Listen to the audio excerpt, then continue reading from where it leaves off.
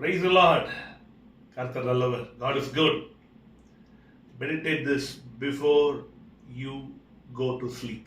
நீங்கள் தூங்குவதற்கு முன்பாக இந்த காரியங்களை தியானம் செய்து தூங்க போக உங்களுடைய உறக்கம், நித்திரை, உங்களுடைய தூக்கம் ரொம்ப இன்பமாக இருக்கும்.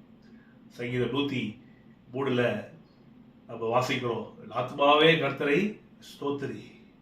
இதை நம்ம பொதுவாக நம்முடைய ஜெபங்கள் முடிந்த பிறகோ நம்முடைய சபை ஆராதனை முடிந்ததுக்கு அப்புறம் சொல்கிறோம். தவறில்லை, நல்லது.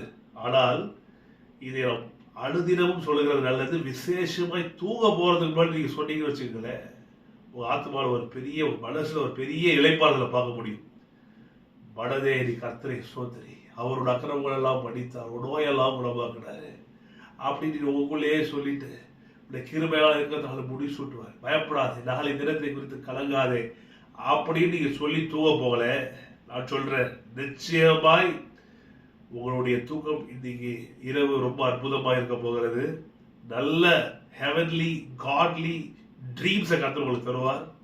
So good night, God bless you.